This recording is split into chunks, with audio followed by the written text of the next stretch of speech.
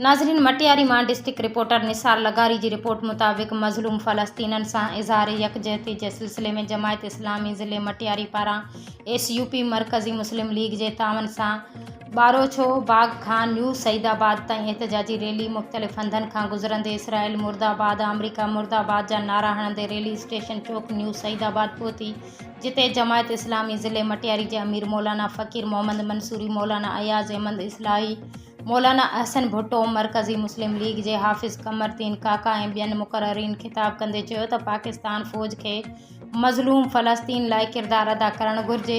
इन्हनि चयो त 15 महीननि में 50,000 फ़लस्तीननि ते इसराइल बमबारी करे शहीद करे छॾियो, 4,000 हामला औरतुनि खे मारियो वियो, स्कूलनि इस्पतालनि ते बमबारी करे मासूम ॿारनि खे क़त्ल कयो वियो, पर 57 इस्लामी मुल्कनि जे हुक्मराननि जो किरदारु वाक़ो थी चुको आहे।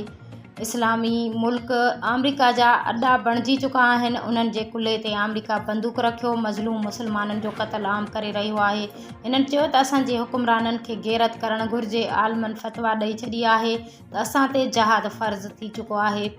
ज़ालिम हुक्मरान असांजो हाणे पाणी बंदि करणु ऐं खसण जे चकर में आहिनि।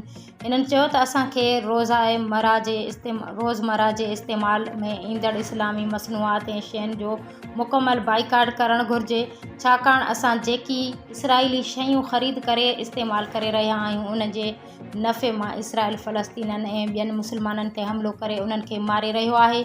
उन करे असांखे उन्हनि शयुनि जो मुकमल बाइकाट करणु घुरिजे। असांखे जहाद जे रस्ते में निकिरी पंहिंजो दीनी ईमानी किरदारु अदा करणु घुरिजे।